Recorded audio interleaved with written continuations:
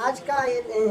Heading है जो बिहार में किस तरह से बाढ़ की चपेट में लपेट लेता है। और ये बात कर रहे हैं नेपाल और भारत का जो सीमा है और वहाँ पे एक लगा हुआ डैम है जिसमें आप देखते होंगे कि 56 सा गेट उसमें है ना। तो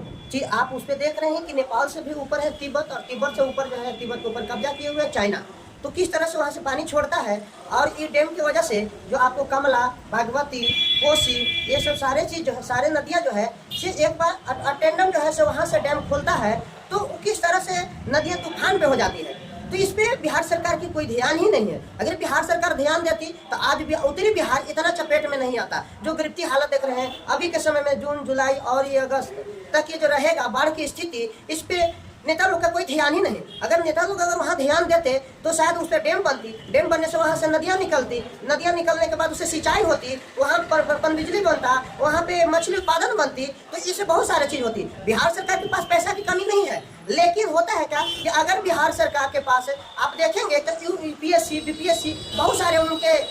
जैसे सलाहकार होते हैं। ऐसा बात नहीं कि उन लोग जैसे अनपढ़ गवार होते हैं, उनको सलाह देने वाले एक से एक पदाधिकारी हैं, लेकिन ये सब सारी चीज़ कुछ नहीं। नेता लोग भी समझते हैं कि शायद अगर इस चीज़ को हमने कर दिया तो कल के लिए बाढ़ नहीं आएगी, तो फिर हम लोग जो है पैजामा, धोती और जो महिला नेता होते हैं तो वो जो है साड़ी उठा करके फोटो जैसे किस तरह से खिंचाएंगे। ये देखिए बिहार का चपेट, बिहार का ये सुपौल, पूर्णिमा, सब सारे अररिया जिला जो है बिहार के चपेट में आ गया। और हमने जो है गरीबों को देखिए दाल भात चोखा लेकर के आए हैं बांटने के लिए, जबकि बिहार सरकार लाखों करोड़ों रुपया जैसे खर्च करती है। अभी जो है कि गरीबों को जो है कोई हेलीकॉप्टर से उड़ के आएगा और ऐसे यहाँ खर्चा करेगा, यहाँ दाल भात चोखा बांटेगा, तो वैसा कुछ खाली फोटो खिंचाएगा दैनिक जागरण, भास्कर, हिंदुस्तान में। अगर ये चीज अगर पहले ही अगर शुक्र के समय में ही अगर ये सारा चीज काम हो जाए तो शायद बिहार में इतना भुगतना नहीं पड़े। गरीब जो लगा हुआ है 4 लाख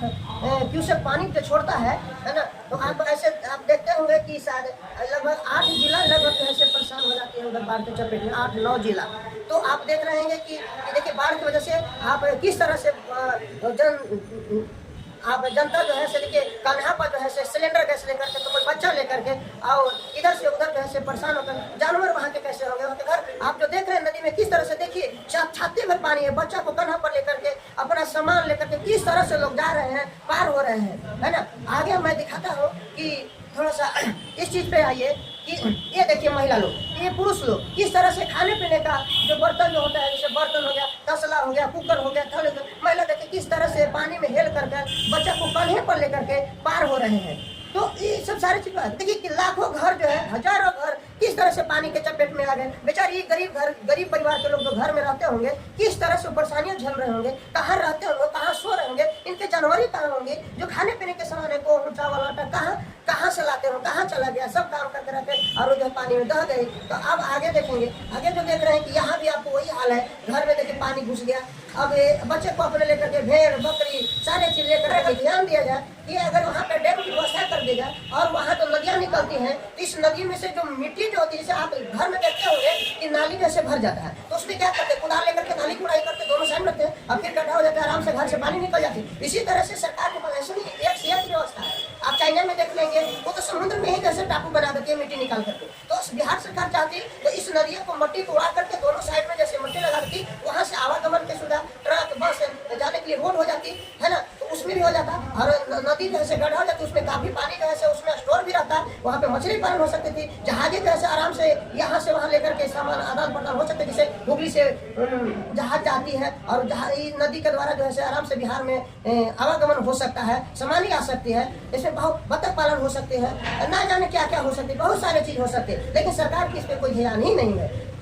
इस वजह से तो हम लोग कहते हैं, पढ़ते हैं जीके में पढ़ने वाले बच्चे को कि बिहार का शोक किस नदी को कहते हैं, कोसी को, और इसी के तो सहायक नदी हो जाती है कमला और बागमती। जो दोनों सहायक में, सहायक मतलब ही होता है कि सहायता करना, यानी पानी जो है उन लोग ही कुछ लान करके दे देती है कोसी को, और कोसी जो है ज्यादा गड्ढा नहीं होने को सरकार उसमें नहीं दिया कि मट्टी निकाल सके, और ताकि उस पानी में ज्यादा आने से इधर से उधर बिक्री हो जाते हैं और अनेकों मार्ग जैसे पानी अपना लेती है, और यही कारण है कि बिहार का शोक कहते हैं इसको। अब देखिए एक अभी जो है से बिहार में ये आप सामने अगर पिक्चर में दिखाई दे रहा होगा, एक छोटा सा बच्चा किस तरह से देखिए, पता ना ये लकड़ी का है कि टीन का, किस चीज का, वो बेचारे किसी तरह से उनको गार्जियन नाव बना दिए होंगे नाव की तरह, और उस पे जो है से उठे करके जिस अवस्था में इसको कलम कॉपी की जरूरत है, तो आज जो है से नाव को एक खेलने के लिए लकड़ी के जो है से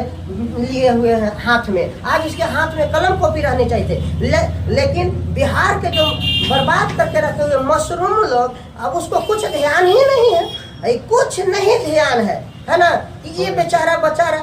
10-12 साल का लड़का कि अभी क्या स्थिति होगा। शायद अभी अगर उस पर से नीचे गिर जाए तो इसको मरने से कोई नहीं रोक पाएगा, तैरने आता भी नहीं होगा, बह करके चले जाएंगे, अपना गंगा नदी में समा जाएंगे। चलिए, भगवान न करे किसी के साथ हो। तो मैं कहता हूँ कि गरीब लोग, यहाँ के जनता, यहाँ के सोच को बदलिए और सोच समझ के वोटिंग के समय में ऐसे नेता को चुनिए कि ताकि अपना बिहार को, भविष्य को बदल सके। इसी के साथ जय हिंद, जय भारत।